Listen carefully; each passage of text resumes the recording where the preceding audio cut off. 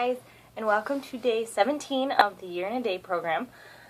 So today we are tracking the sun and moon, and this is on page 22. Yesterday we went over the sun and moon with in correspondence with divine polarity. Today we are talking about tracking the sun and moon, and there is a lot of importance to tracking the sun and moon when it comes to Wicca, witchcraft, and us as witches.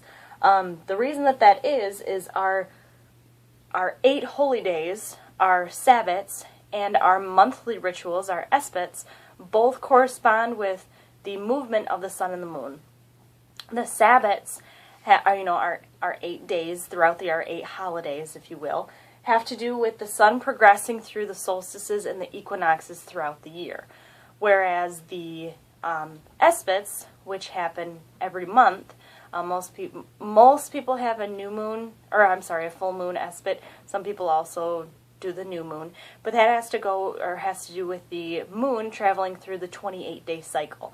And with the moon, you have 4 different phases. Some say 5, but there's 4 main phases. You have the waxing moon. You have the new moon, which starts it out, and then you have the waxing moon that leads up to the full moon, and then the waning moon that leads back to the new moon. And then there are also people that say there's also a dark moon, and they celebrate that as well. I personally don't include the dark of the moon in that. People say that when the moon is in dark, you shouldn't perform any kind of magical workings or anything, but I mainly focus on the 4 phases, but that's just me personally. So today, like I said, we're viewing the importance of tracking the sun and the moon, and understanding that you should be aware, and if you're not aware currently, you should start getting in the process of making yourself aware of what phase is the moon in. When is the moon going to be in full moon? When is it going to be a new moon? What are the dates of the Sabbats throughout the year, especially the equinoxes, the equinoxes and the solstices? Those are very important. The starts of spring, summer, fall, and winter. And what the different astrological signs are for the solstices and equinoxes. Like, for example, the winter solstice is when the sun enters Capricorn. The spring equinox is when the sun enters Aries. The summer solstice is when the sun enters Cancer. And the fall equinox is when the sun enters Libra. And they differ every year. They're normally anywhere from the 20th through the 23rd of that particular month.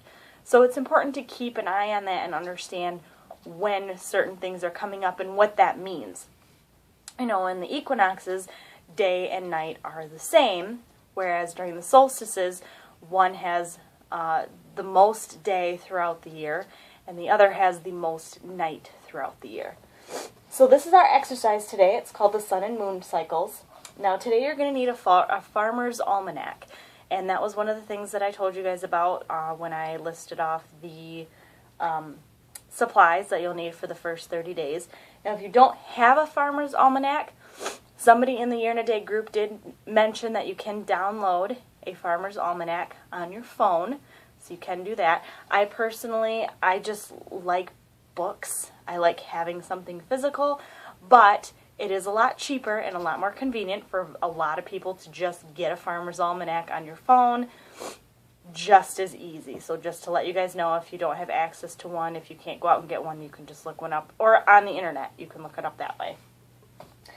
So the farmer's almanac can tell you when the seasons change. You can also check with an astrological ephemeris. I have no idea, so sorry about that one. Kevin, do you know what that means? What? An ephemeris? E-P-H-E-M-E-R-I-S? No. Sorry guys, I feel really dumb, but I don't know what that means. So if somebody know what that means, you can comment. But, which charts... Oh, it charts the passage of the sun and the planets of the solar system as they progress through the 12 constellations. I know what that is, I've just never heard it called that before, I guess. Sorry! Anyway. In later days, you will discover the importance of knowing these luminaries and their rhythms, But for now, develop a habit of knowing the cycles of the sun and moon on a regular basis. This alone will begin the process of attuning you to the energies of the god and goddess.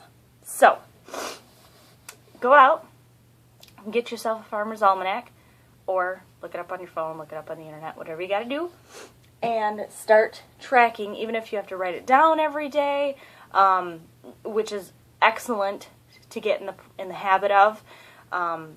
But that is, yeah, that's what you're doing. That is what you're doing today, is tracking the cycles of the sun and the moon. So, sorry this video was a little bit late. If you've noticed, the weekend videos go up a little bit later because I sleep in. But tomorrow we are starting with the goddess, and we are going to be meeting the maiden. So I hope you guys have a great weekend, and I will see you tomorrow. Bye!